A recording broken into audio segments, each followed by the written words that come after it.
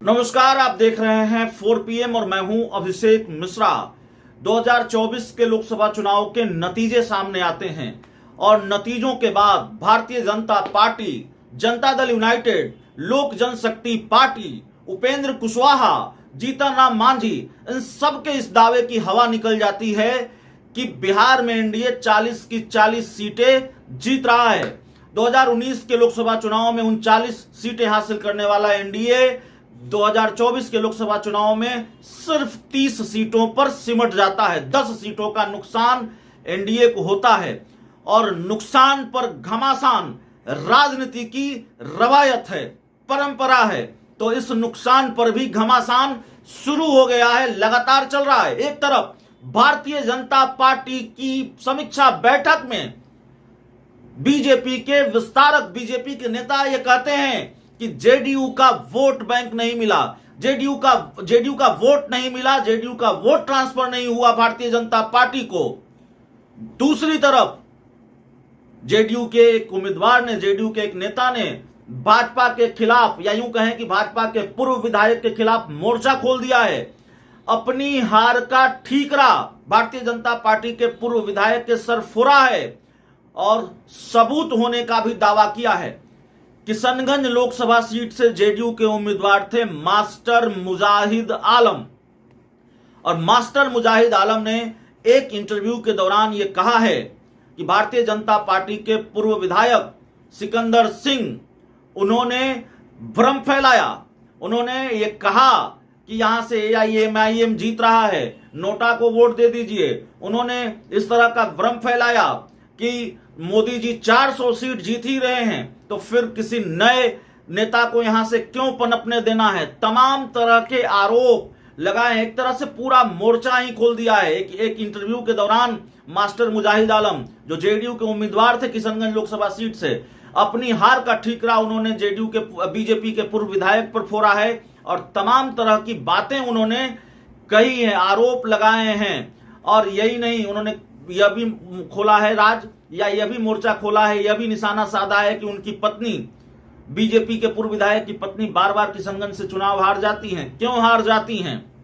तो जेडीयू और भारतीय जनता पार्टी के बीच का यह घमासान, हालांकि मास्टर मुजाहिद आलम का एक बयान हमारे पास भी है और इस बयान में भी कमोबेश वो उसी तरह की बात कर रहे हैं। ठीकरा भारतीय जनता पार्टी के नेता पर ही फोड़ रहे हैं, पूर्व विधायक सिकंदर सिंह पर फोड़ रहे हैं। सुनिए उन्होंने क्या कहा है। लोकसभा चुनाव के उपरांत पहली बार आज हम लोगों ने जनता दल यूनाइटेड के जो प्रखंड अध्यक्ष, नगर अध्यक्ष, प्रकोष्ठ के जिला अध्यक्ष और पार्टी के वरिष्ठ साथियों के साथ बुधवार चुनाव नतीजों की समीक्षा की।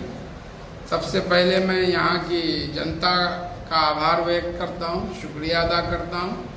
उन लोगों ने बेपनाह प्यार मोहब्बत से नवाजा। 3,43,000 से अधिक लोग अपना समर्थन दिए और जो हम अपनी बातें,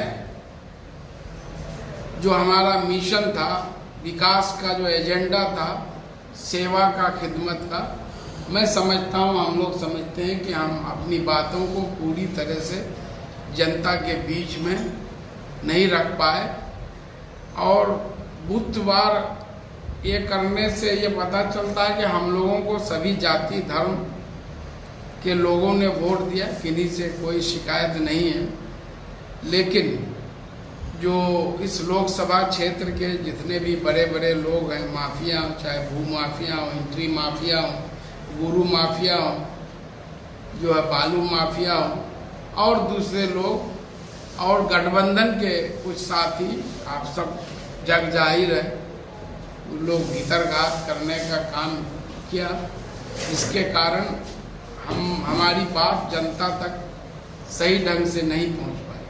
हम लोग जनता को से विकास और सेवा के नाम पर वोट मांग रहे थे, जो हमारी सरकार ने काम किया, जो हम लोगों ने काम किया। लेकिन जो हमारे मुख्य प्रतिद्वंदी थे, आप देखे होंगे, वो उन लोगों ने आखिरी दम तक कोशिश की कि चुनाव को सांप्रदायिक आधार पर ध्रुवीकरण हो, और उसमें वो बहुत हद तक कामयाब हुए। और जो है पार्टी के लोग जो इस तरह से कुछ लोग साथ रह कर के भी किए, तो उसका भी नुकसान उठाना पड़ा। इसलिए अभी हम लोग सभी पार्टी के लोगों से विचार विमर्श कर उस पर मंथन किया और शीर्ष नेतृत्व को सारी जानकारी है, और फिर हम लोग पार्टी को नए सिरे से जो कमियां रह गई हैं, आगे विधानसभा चुनाव है, इस जिले में 4 विधानसभा हैं, इस लोकसभा क्षेत्र में 6 विधानसभा है, सभी जगह पार्टी को मजबूती प्रदान करना है और फिर से पार्टी को रिजुविनेट करना है, ताकि विधानसभा चुनाव में पार्टी शीर्ष पार्टी नेतृत्व का जो भी निर्णय हो कि कौन सीट कहाँ से कौन लड़ेंगे, ये अभी तय नहीं है। उस हिसाब से फिर जो है ताकि उस वक्त जो है चुनाव के वक्त जो है कोई दिक्कत नहीं है। तो अगर गठबंधन होता है तो शीर्ष नेतृत्व को तय करना है कि कौन सीट कहाँ से लड़ेगा। भाजपा के पूर्व विधायक का ऑडियो भी वायरल हुआ है, क्या लगता है कि किस तरह से भीतर वो तो आपके सामने में जग जाहिर है।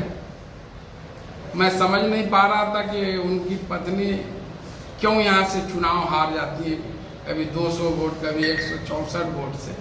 अब मुझे समझ में आया ये बात। और जो लोग दूसरे पर इल्जाम लगाते हैं, सबसे बड़े भूमाफिया तो वही लोग हैं जो मंदिर को भी नहीं छोड़ा है, समझ गए।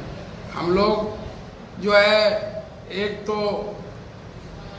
जो है वो लोग ये भ्रम फैलाए कि पतंग जीत रहा है, AIMIM जीत रहा है, इसलिए कांग्रेस को वोट दो। और ये भी भ्रम फैलाया कि मोदी जी तो 400 सीट जीत ही रहे, यहाँ पर क्यों लीडरशिप उभरने देना है, उसको क्रश कर दो। इसीलिए ये सारे माफिया लोग, सबसे बड़ा गुरु माफिया कौन है, किस तरह से वो पानी, किसके साथ उसके फोटोग्राफ्स हैं हर जगह, उसके जुलूस में से लेके इसमें, और इल्जाम किस पर लगाता है। मैंने दर्जनों एंट्री माफिया चुनाव से पहले भी अमोर के ट्रक ओनर और उसका ड्राइवर कोचाधामन सराय का था, उससे पैसा ठगा था, SP साहब से शिकायत करके उसको जेल तक भेजवाया।